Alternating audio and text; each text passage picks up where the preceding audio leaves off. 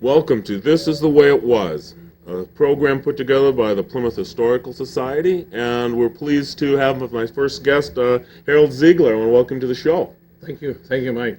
Now, Harold, one of the items that brings this program to light is people that have been in the Plymouth area quite a few years, and I think you qualify. Yes. How many years are we talking? 75. So you born and raised in Plymouth, Wisconsin? Born and raised in Plymouth. Spent most of my time here outside of a couple of years in the service and a couple of years at school. Yeah.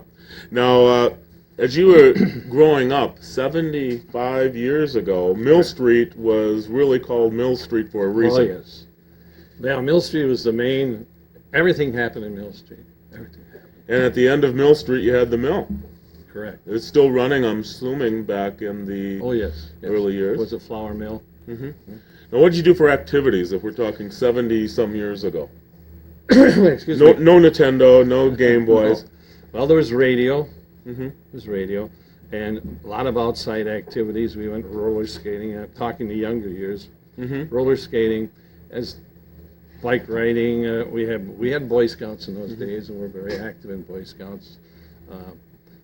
As we got older, of course, there was 2 theaters in town, so we went to a lot of movies. Even on Saturday afternoon, they had matinees. Now, let's give everybody a clue on what it cost to go to one of those. What I can remember, on Saturday afternoon, it was 10 cents. Mm-hmm. During the week, I think it was 13 or 15. Yeah. Times have changed. Yes. And there was bowling alley. Yep. We went bowling as Sure. we got older, Mm-hmm. and did a lot of that. Now, everyone remembers Ziegler's Office Supply. Mm-hmm. At least that's my memory. Yeah, but things back up a little further than that. Your family was in the business of supplying items many years before that. Right.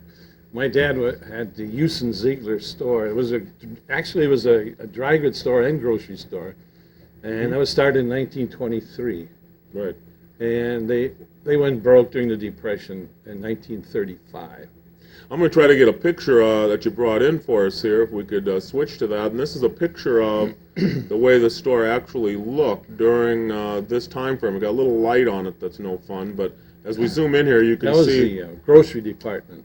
Right, and so you have all the dry goods up high. Tell me how you would stack these shelves. Well, if you'll notice over here on the right, there's a ladder that was on a track. Mm-hmm. And that ladder would go up and down the track, and the people would go up and grab the can of tomatoes or whatever it was. Sure. Thing. And where was this located? Okay, you know where Schwartz Photography and Obler Insurance. Yes. That's the front of the building. That was the dry goods store. Mm-hmm. They sold everything from dresses to coats to saucers and plates and anything like that. And then in the back where the hairdresser is now, I can't remember the name of the hair store back there, but that's where the grocery department was. Uh-huh. Then on the corner, of course, was the Exchange Bank. Right, and the Exchange Bank is now a coffee shop. Yes. Now we made a couple ideas of transportation because 75 years ago the car was just getting warmed up. Right. And now, were you involved at all with the interurban? I remember riding the interurban to Sheboygan. Yep, that's number 26. I'm trying to think. Remember the interurban car to Sheboygan. Right. And after that, I can remember the buses more than I can the interurban. Mm-hmm. But I do remember riding on it. Yes. Now, somewhere schooling, you went to Plymouth School District. Sure. Well, I started out at the Catholic school, which was, there were 3 grade schools in Plymouth, the Lutheran, the Catholic, and then the grade school, the public grade school, which was located in the parking lot now of the Lutheran church. Okay. But I went to Catholic school, which was 4 rooms, and there was 2 classes in each room, 1 and 2, 3 and 4, 5 and 6. And it was a 2-story building. And then after that, we went to high school. And the high school was actually what is now our middle school. It's just Riverview, yes. Yeah. Now, following graduation from high school, you did serve in the service? Yeah, that was a strange time because we all knew in high school that we were going to end up in service as the war continued. Yeah. So as soon as we were out of school, most of us were 18 within that summer year. Yeah. So I was 18 in July, and you registered for the draft, and about 6 weeks later, you were drafted. Yeah. So we went into the Navy after that. And tell me about your service. Well, I got in towards towards the tail end, which was in '44, but we were in the Navy preparing for the invasion of Japan. And in fact, we were on our way to Japan to start to congregate all the ships, and that when they dropped the big bomb, they sent us back.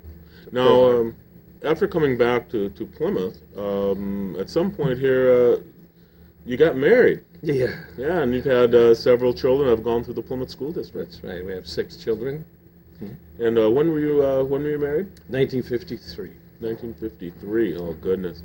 And so you've been married quite a few years. Yeah, 48. Yeah. 49 years. Yeah. Now your children all went to Plymouth School They District. all went to Plymouth School District. And how many grandchildren do we have? We have 15 now. Wow. 15. Wow. I imagine they'll be going through here. Yeah, I imagine. Several of them are still in the area. Sure, there's some here already. Yeah. Now, tell me about starting up the Ziegler office supply. There had to be a time when that started up. Well, there was a man in town by the name of Davidson, and he owned it. And he approached me a couple of times. I used to pick up supplies there because I was working at Sargento Cheese in the office and doing some traveling for Sargento. And I used to go in and pick up supplies, and he said, with all your family, you shouldn't be traveling. You ought to have a business in Plymouth. He said, I'd like to get out of here. So that's how I got into it. And I had it 36 years. 36 years, as long as I can remember Ziegler Office Supply. Yes. And it was a fun run? It was fun. I enjoyed it very, very much. Yeah. Now, you were one of the people right on the main drag, right on Mill Street. And the times have changed, the stores have changed. You made a list of some of the stores. I made a list last night. And it is interesting. Some of the couldn't- stores that have come and gone. I remember Lies coming, leaving, and but you have a whole bigger list. I couldn't believe this. There were 2 department stores. There was Stolper's and then my father's. I'm going back into the 30s now. That's you know, fine. A little bit. But there was 1 furniture store. There were 6 service stations. There were 5 barbers, 2 photographers, 3 shoe stores, 2 men's clothing, 5 grocery stores. This is all on Mill Street. 5 grocery stores in And the 5 city. of butchers. Plymouth.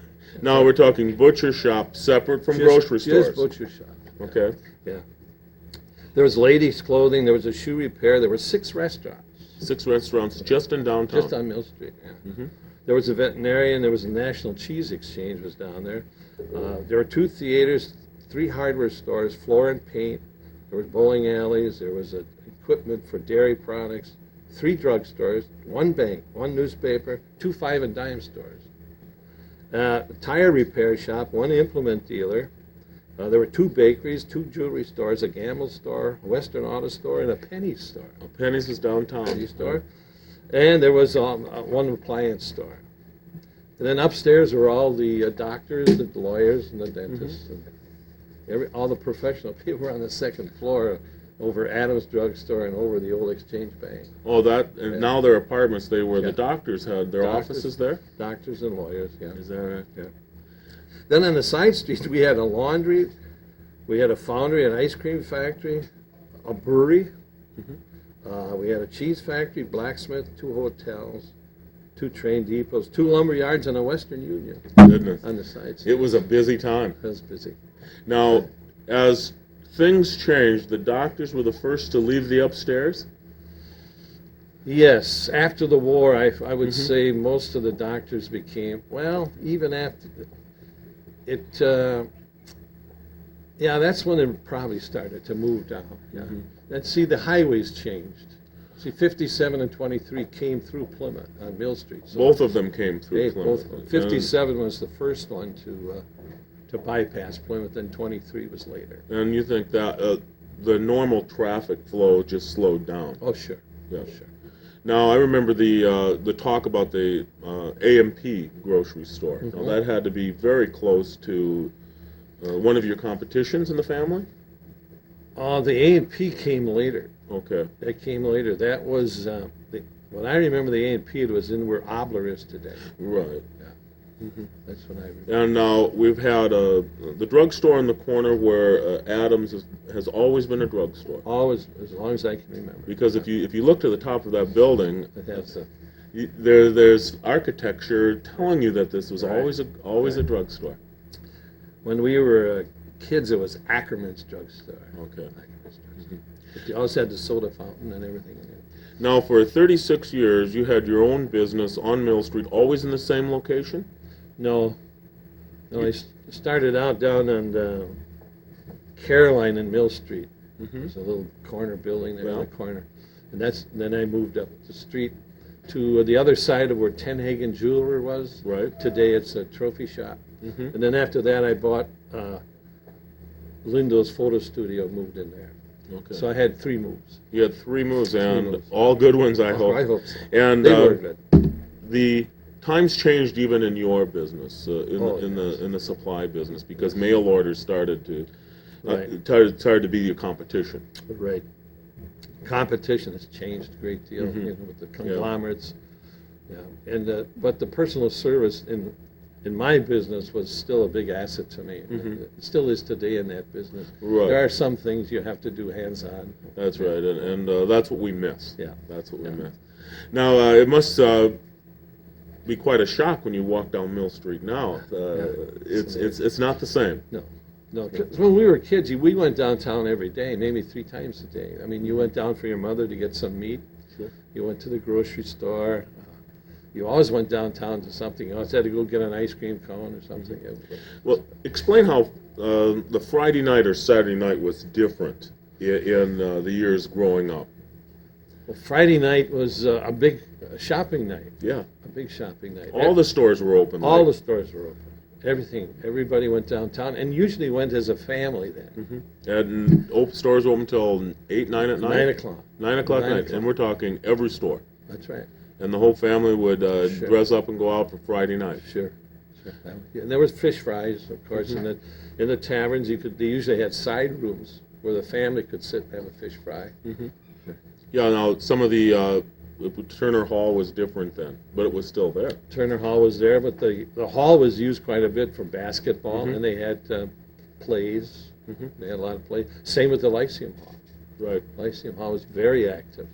Yeah, the Turner Hall being a transition from the German era of Right. athletics and family and Yeah, community. that part of it I don't remember, but that's how they did get started. Yes. Now, your children all went to the Catholic school for elementary? Yes. And then they went to Plymouth High School, and they've all Correct. been graduated from Plymouth High School. Mhm. And how many grandchildren are now in the Plymouth School District, do you think? Well, let me see. Half? Quite a few. 1, 2, 3. Yeah, well, there 2 of them are out of high school. 2 are out of college. So we got 1, 2. That's 4 in high school. Yeah. And now, tell me about today. Now, you've retired a few years back, 3 years ago. and as we were saying before, your golf game is as good as it ever was.